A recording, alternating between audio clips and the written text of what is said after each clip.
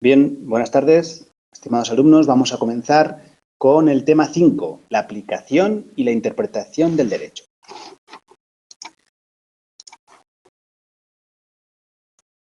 Tenemos un planteamiento general de la cuestión donde nos dice que si se considera lo jurídico no como algo estático, sino como un proceso, la aplicación del derecho es un momento de su realización.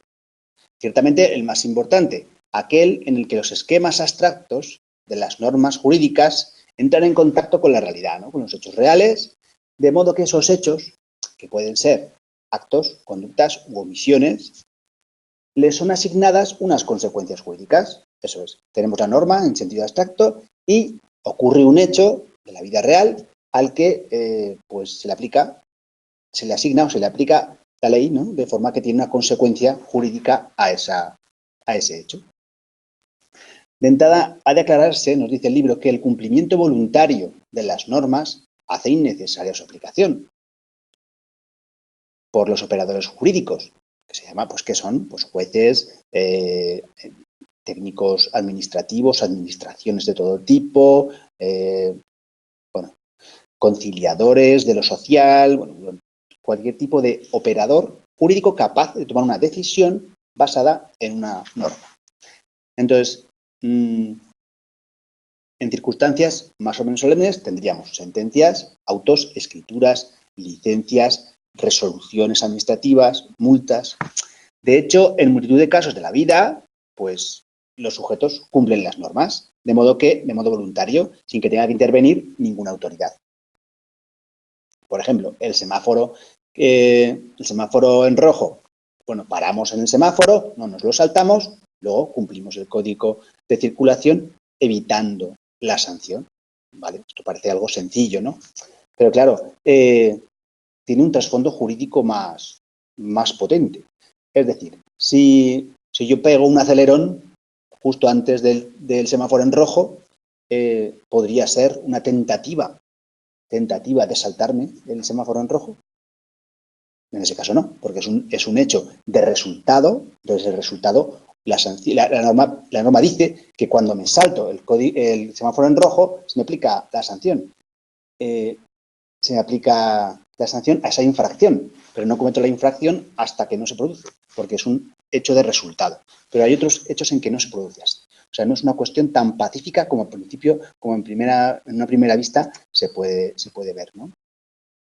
Bueno, hay una posibilidad, o sea, hay un debate que vamos a ver durante todo el tema, que trata sobre si la aplicación del derecho es un proceso automático o no es automático, ¿no? O es un proceso más objetivo o más subjetivo, si requiere una interpretación o no. Nos dice que, como suele suceder con los grandes conceptos jurídicos, el de aplicación del derecho presenta multitud de aspectos. Ya sabéis que os pongo en rojo cosas que aparecen en el libro como preguntas de test. Así que prestarle atención también ahí. Nos dice que los grandes conceptos jurídicos de aplicación del derecho hay multitud de aspectos, efectivamente, que hacen difícil exponerlo de un modo simple. Se trata de un concepto inseparable de otros que lo implican y que ayudan a definirlo, como la creación e interpretación del derecho. O sea, aplicación, creación e interpretación del derecho son conceptos relacionados. La clave del punto de vista que adoptemos respecto a con la frecuencia en nuestra concepción del derecho, pues esa va a ser la clave, ¿no? El punto de vista que tengamos. Por ejemplo, si tenemos una visión positivista, es decir, si entendemos que la norma acaba en la norma, pues si reducimos lo jurídico a la ley, pues entendemos que todo derecho está contenido en esta y, por tanto, la aplicación será automática, al considerarlo como una simple operación lógica, una subsunción del hecho en la ley. Es decir, adecuar el hecho, subsumir el hecho en la ley y ya estaría. Con lo que ya estaría aplicada la ley. ¿Qué ocurre? Que esto no es tan sencillo como parece, si no tendríamos un programa informático que sí lo hiciera. Entonces, no tenemos programas informáticos que aplican la ley, sino tenemos jueces y tribunales. ¿Subsumir qué es? Según la RAE, pues considerar algo como parte de un conjunto más o menos amplio o como caso particular sometido a un principio norma general.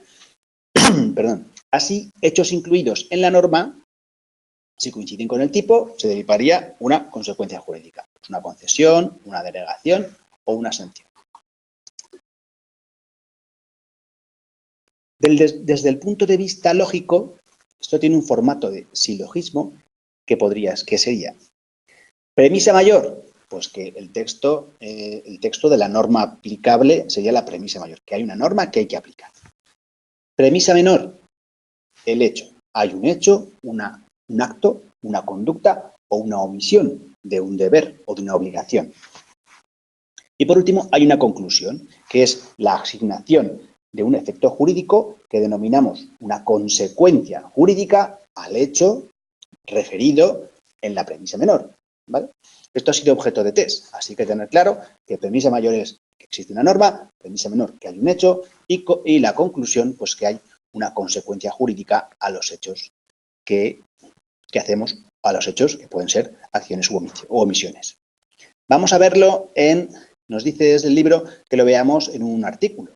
Y nos dice el artículo del cohecho, el 419 del Código Penal. Es el hecho previsto en la ley, ¿no? El cohecho sería el hecho, la premisa menor. Fijaros, la autoridad o funcionario público ya nos dice quién puede cumplirlo, el resto no podría porque no se ajustaría al sujeto activo que puede incurrir en este delito, en provecho propio. La autoridad o funcionario público que en provecho propio o de un tercero recibiere o solicitare por sí o por persona interpuesta dádiva, favor o retribución de cualquier clase o que aceptare el ofrecimiento o promesa para realizar en el ejercicio de su cargo un acto contrario a los deberes inherentes al mismo o a no realizar o retrasar injustificadamente el que se debiera practicar. Aquí vemos que tenemos ya referencias al caso que ha acaecido, ¿no? ¿Cómo tiene que ser el hecho?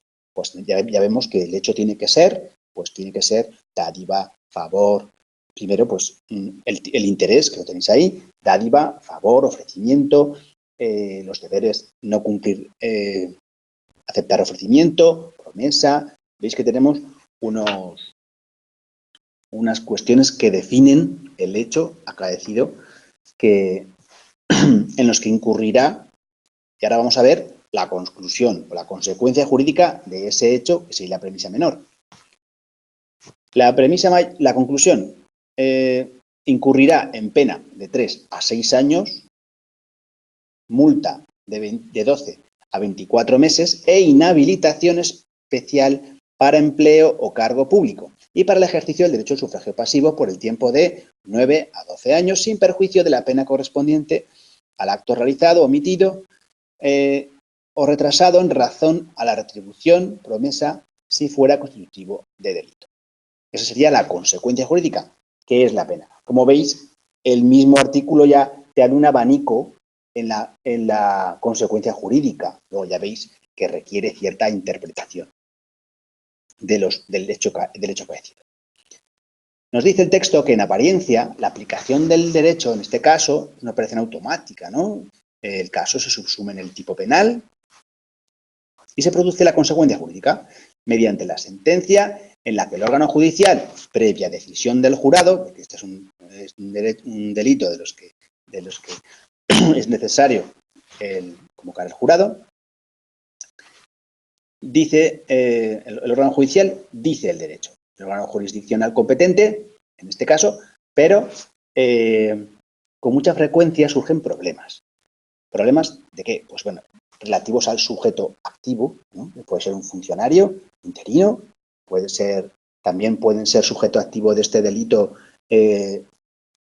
personal externo, que hagan informes, que nos hacen dudar del carácter meramente lógico o automático de la aplicación. Es lo que os estaba comentando. Si hay un abanico en las posibilidades que puede haber de aplicación del tipo delictivo, pues entonces no es una aplicación automática. El ajuste de lo particular, que es el caso concreto, a lo general, que es la ley, no puede ser automático. No puede ser automático, ya nos lo están diciendo. No es automático. Lo que nos lleva a ampliar la perspectiva y hablar de interpretación de la ley, ¿no? Para aplicarla al caso concreto. Entonces tenemos aquí la interpretación del derecho y su problemática. La interpretación jurídica, nos dice, es una actividad intelectual que consiste en indagar, desentrañar y aclarar el significado de las normas jurídicas, con el fin de aplicarlas al caso concreto. Por lo tanto, en toda interpretación concurren dos elementos principales. Ya ves que si hay dos cosas o dos objetos o dos cuestiones que vamos a analizar, puede ser objeto de test. Hay que saber cuáles son. Los elementos principales en esta interpretación son el objeto de la interpretación. Lo que se interpreta es las normas. Y luego el sujeto que efectúa la interpretación, o el intérprete, que es el llamado operador jurídico. ¿Por qué le llaman operador jurídico? Pues una forma teórica de abarcar un montón de profesionales de la justicia que pueden efectuar esa interpretación. Hay operadores jurídicos cuya interpretación está especialmente cualificada por su condición institucional. Ejemplo, los jueces cuando interpretan el derecho para llevar a cabo su actividad jurisdiccional, los funcionarios cuando dictan sus actos administrativos o resoluciones. En general, son normas escritas y por ello la interpretación es de textos escritos y su dificultad se deriva en el modo de redacción en que están redactados.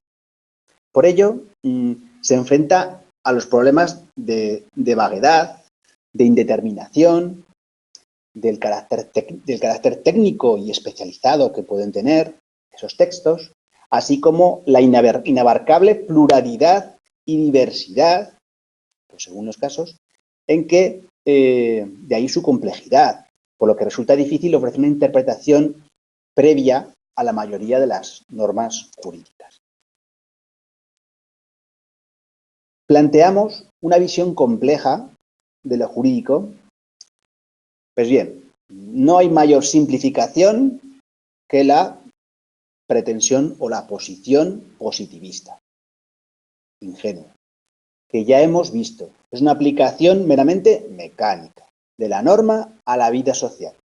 En la mayoría de los casos, la necesidad de armonizar la generalidad de la norma y la particularidad del caso no admite esta respuesta automática y clara, sino, como ya os he dicho, tendríamos una aplicación del móvil que directamente nos diría la sentencia que nos corresponde al hecho que hemos cometido. Pues bien, ¿podemos negar o aceptar esta evidencia? Pues eso no cambiará la situación. No se puede plantear una aplicación automática de la norma. La norma, pues, tiene una textura abierta, decía Hart. Son un marco abierto a varias posibilidades de solución, como decía el positivista Hans Kelsen, nacido en Praga en 1831 y fallecido en 1973, pues este filósofo austríaco del que ya hemos visto esa pirámide escalonada de las normas, pues bien. Nos dice que todas ellas lógicas, pero algunas prudentes, sensatas, justas, unas son más sensatas o justas que otras. Si bien esto es así por el modo general, tanto más cuanto las normas incluyen cláusulas. Las normas en sí incluyen cláusulas que son tradicionales en el derecho civil, como observar la diligencia de un padre de familia o no ir contra la moral y las buenas costumbres. Lógicamente, el sentido de esto no es evidente y requiere una interpretación. No viene en otro artículo cómo es un buen padre de familia, ni viene en otro artículo, en ningún artículo especificado qué es la moral o qué normas establecen las buenas costumbres. Lógicamente, con estos conceptos jurídicos abstractos, pues requiere una interpretación. Y si nos lo dice uno de los máximos exponentes del positivismo, pues con más razón. Por supuesto, esto no quiere decir que la tarea del operador jurídico que se enfrenta a la norma se disuelva en su propia voluntad. Es decir, no puede, el jurista o el juez no puede hacer lo que le diga su propia voluntad. Su voluntad de crear derecho supliendo a la norma o adaptando a la norma hasta que la suple, como mantenían las posturas filosófico-jurídicas partidarias de la creación judicial del derecho. La aplicación del derecho no es una tarea de autónomos, de autómatas, ni un contenido de seres plenamente libres.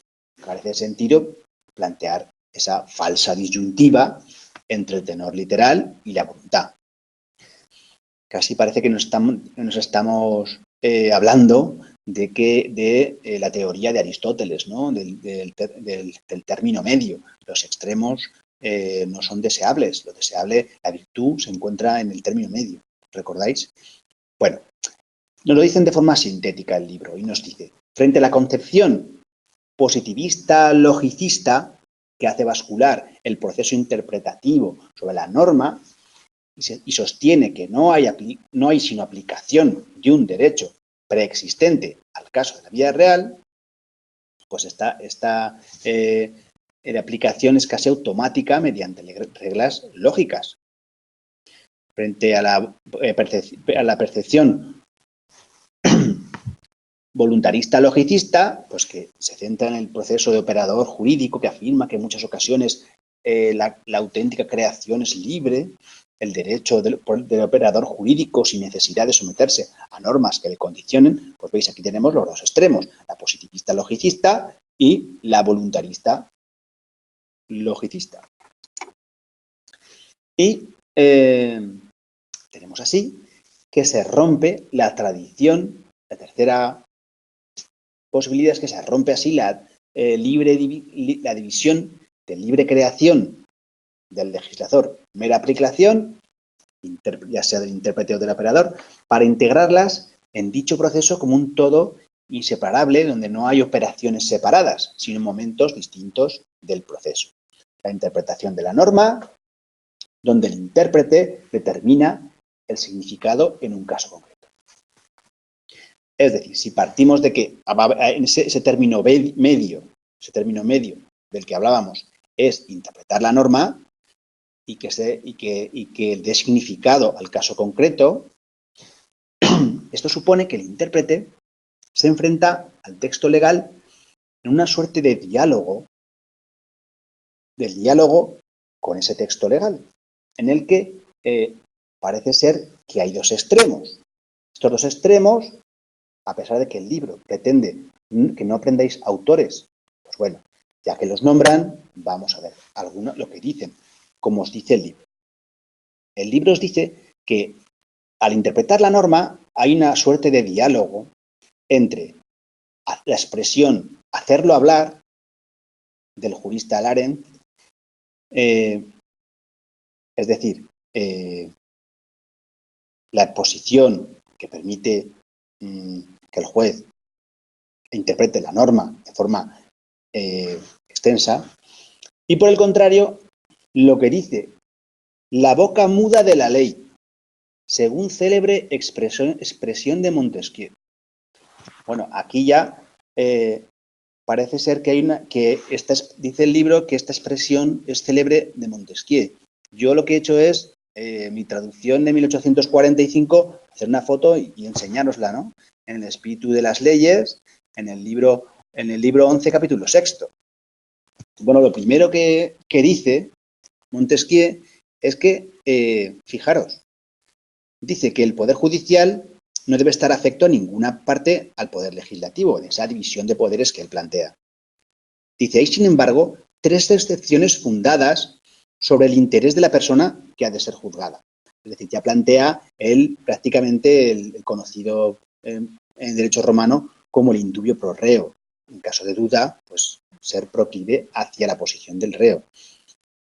Pues bien, lo que nos dice es que una de estas excepciones a la aplicación automática es que podría suceder que la ley, que es al mismo tiempo perspicaz y ciega, fuese en ciertos casos excesivamente rigurosa, pero como los jueces de la nación, según hemos dicho ya, no son otra cosa que los labios que pronuncian la palabra de la ley, o seres inanimados que no pueden moderar su fuerza ni su rigor, la parte del cuerpo legislativo, que como también hemos dicho en otra ocasión, forma un tribunal necesario y que lo es, en este caso, es la única que puede, con su autoridad suprema, moderar la ley en favor de la ley misma, pronunciando con menos rigor aquella.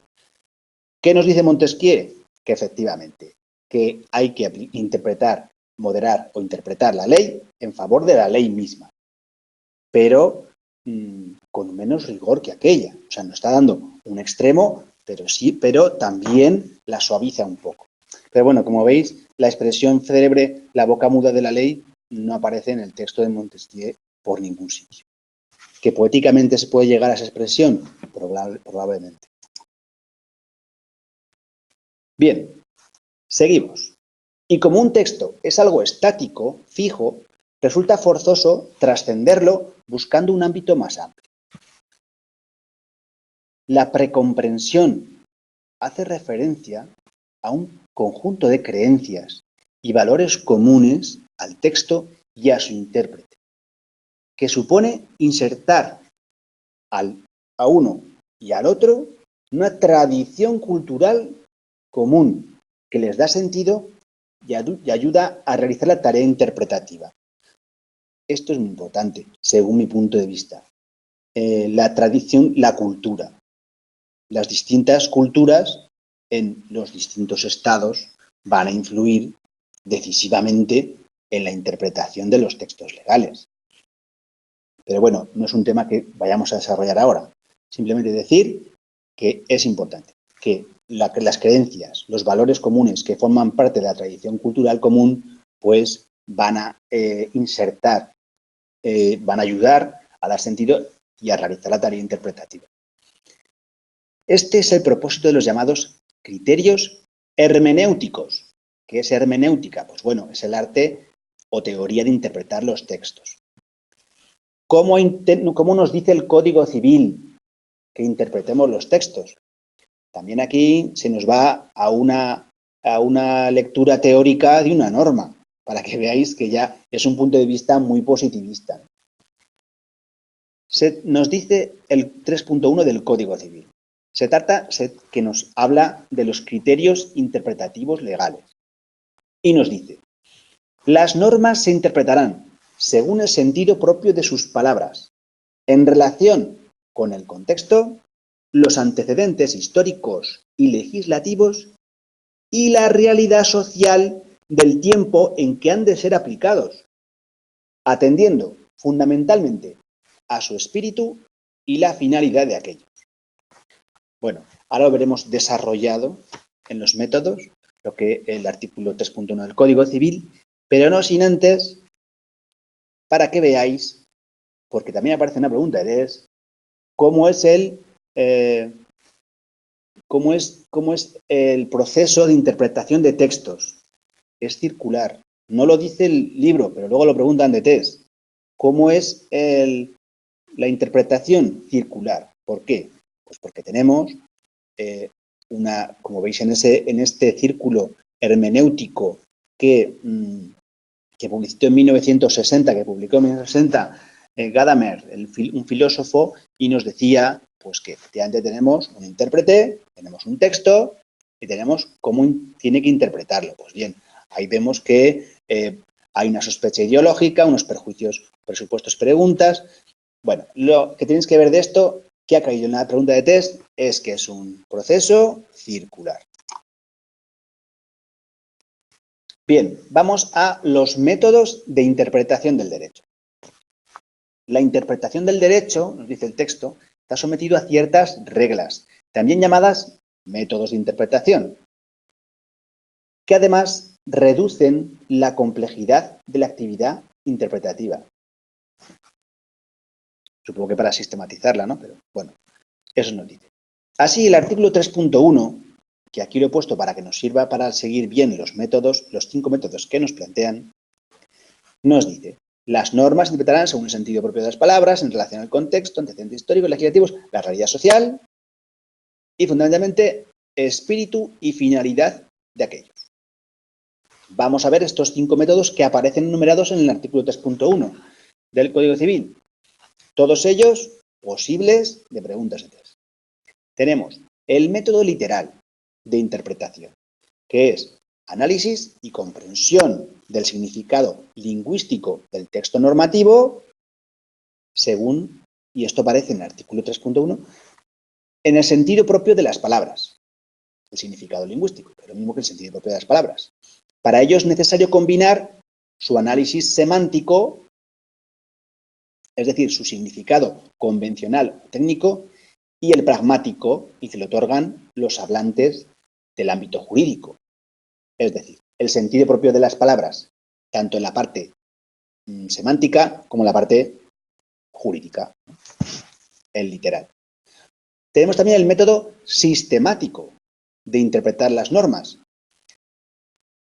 ¿Cómo es este método? Pues pensando en un sistema, ¿no? Que estamos en un sistema, en nuestro sistema jurídico, que tiene unas normas que están en relación con otras normas de su ámbito, con el fin de precisar el alcance para aplicarlas. ¿Dónde viene esto en el artículo? Pues nos dice: atendiendo fundamentalmente al espíritu, aquí va el asunto sistemático. Si entiendo que las normas pertenecen a un sistema jurídico, pues tengo que verlo dentro del espíritu del legislador. ¿Dónde suele venir este espíritu? Pues muchas veces en los en los textos que sirven de introducción a las leyes, en los prólogos. ¿Y de dónde viene esta teoría del espíritu? Pues bueno, viene, hablaba del espíritu del sistema, pues Bobbio, y nos decía que sirve para concordar, para complementar las normas. También tenemos el método histórico de interpretar las normas según su origen o su génesis histórica, teniendo en cuenta los antecedentes históricos, histórico-legislativos, atendiendo pues a la voluntad del legislador, la voluntas legatoris. ¿Dónde viene esto en el texto? Pues como veis, en los antecedentes históricos y legislativos. Otro método, el método teleológico. Recordad, teleología, que era la filosofía en la que se basaba Aristóteles para fundamentar todas sus teorías, que es la del fin, la finalidad. Recordar, teleología, finalidad. ¿Cuál era el fin del hombre? La felicidad. Recordar a Aristóteles.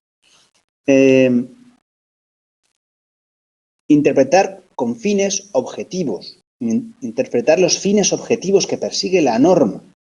¿Qué quiere la norma? ¿Para qué? Por eso aquí tendremos la voluntad, la voluntas legis, es decir, el fin. ¿Dónde aparece esto en el texto del 3.1? Pues en finalidad. Aquí os lo he marcado para que lo veáis. También tenemos, por último, el método valorativo. Ya lo veis, valores. Si os aprendéis literal, sistemático, histórico, teleológico y valorativo, pues ya os dan las claves de cuál es cuál. Bien, en el valorativo, pues interpretar según los valores jurídicos en que se fundamenta la justicia, libertad, igualdad, seguridad, etc.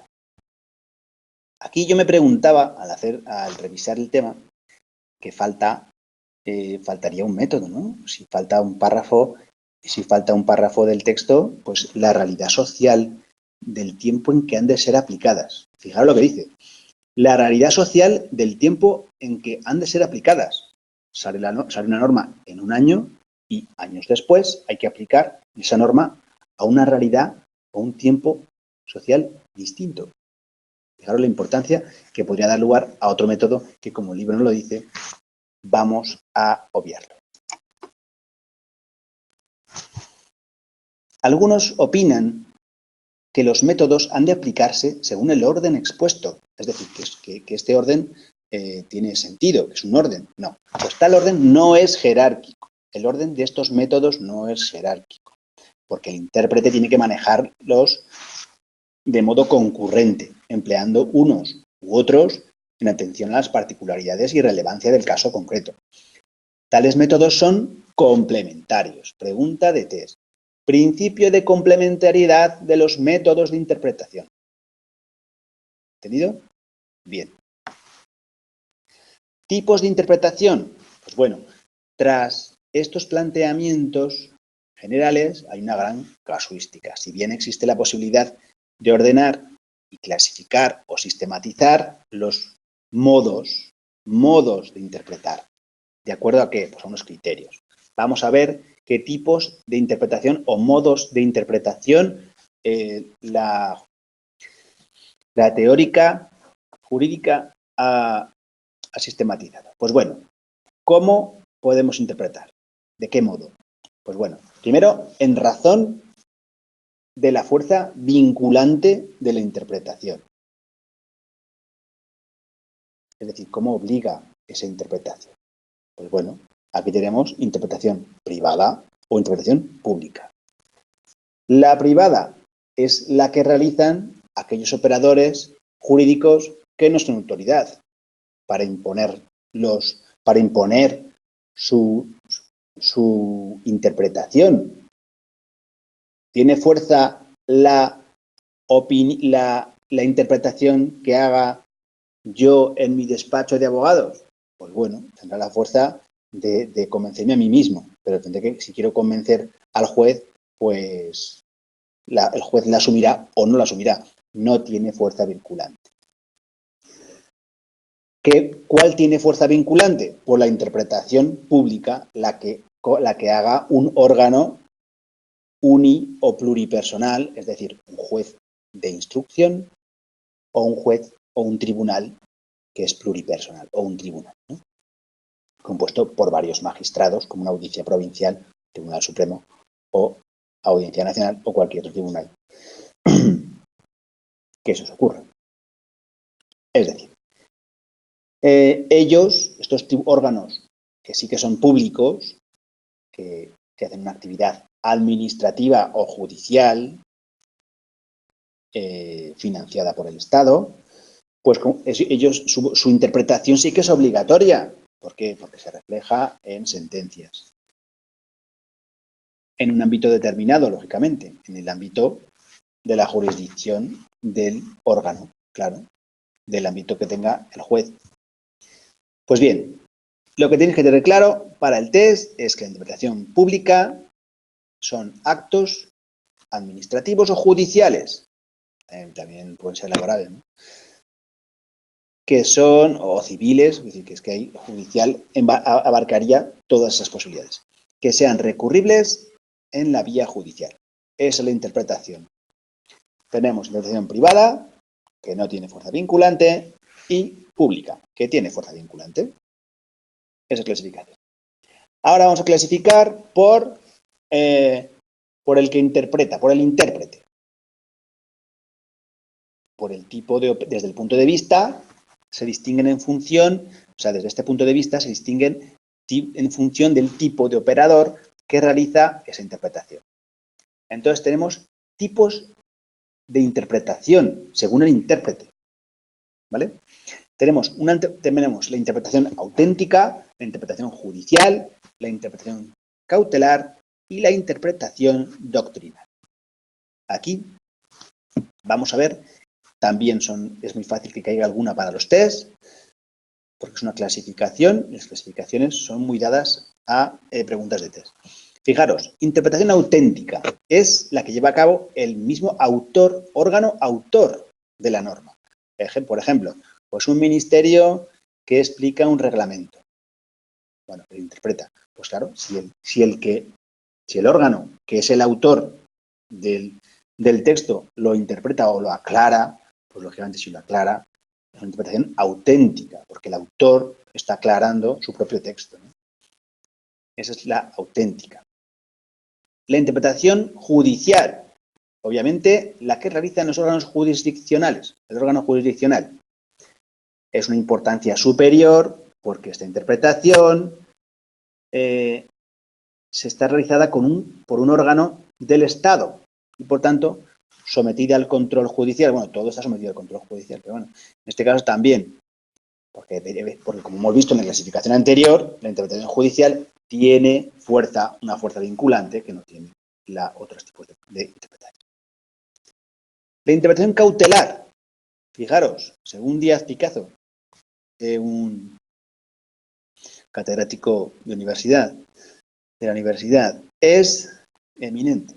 Es la realización por los operadores jurídicos que cumplen una función de asesoramiento a los particulares, ya se haga en el ejercicio de una función pública, los notarios y registradores, o privado, pues abogados o gestores.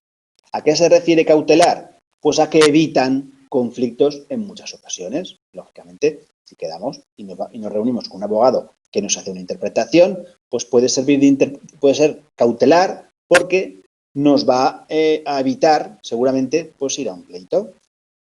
O los notarios o los registradores, que serían públicos. Entonces, estas son cautelares porque nos van a ayudar, nos van a evitar conflictos. Lógicamente, estas no tendrían esa fuerza vinculante de la que hablábamos antes.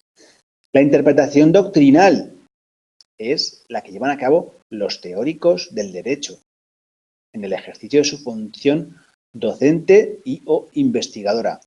Lógicamente, no es vinculante, pero tiene importancia por el prestigio intelectual que supone. Aquí las tenéis. 4. En razón del intérprete. Auténtica, autor, judicial, órgano judicial, cautelar, asesoramiento, cautelar, evitar conflictos, previa, ¿no? Interpretación como cautelar. Interpretación doctrinal, pues de la doctrina, luego técnicos en derecho. También puede llegar al significado si interiorizáis su definición. Bueno, también en razón del resultado. ¿Veis? Tendríamos una interpretación extensiva, que es la que se aplica, es la que amplía el alcance de la norma a supuestos no comprendidos en su tenor literal. Esta se da cuando el intérprete entiende que estos supuestos entran dentro del sentido del precepto, lo que suele denominarse ratio legis, pese a que éste no los incluye expresamente. Esto permite resolver algunas lagunas legales, como veremos más adelante. Y también tenemos la interpretación restrictiva, que es la que limita el ámbito de aplicación de la norma, de modo que en ciertos casos quedan excluidos de la interpretación y se realiza dentro de la estricta literalidad. Por sistema, deberán ser interpretadas siempre de modo restrictivo las normas que limitan derechos o sancionan. Es el caso más evidente de las normas penales, que no pueden ser interpretadas de forma extensiva y está prohibida la analogía. ¿Vale? Aquí tenéis interpretación extensiva, que se amplía la norma, que se extiende a supuestos no comprendidos, es elástica, ¿no? Y la interpretación restrictiva, que limita, que a la estricta literalidad. El ejemplo también puede ser ejemplo de test, las normas penales, que no se pueden hacer de aplicación extensiva, ni está prohibida la analogía. ¿Veis? Ahí tienes la imagen del jugador de futbolín que apenas se mueve en dos direcciones, ¿no? Bien, y con esto hemos terminado el tema 5. Ya veis que es un tema más complejo, teórico, de lo que podíamos prever en un momento. Y bueno, Os animo a que lo reviséis bien, a que lo repaséis y que tengáis mucha suerte y muchas gracias por vuestra atención.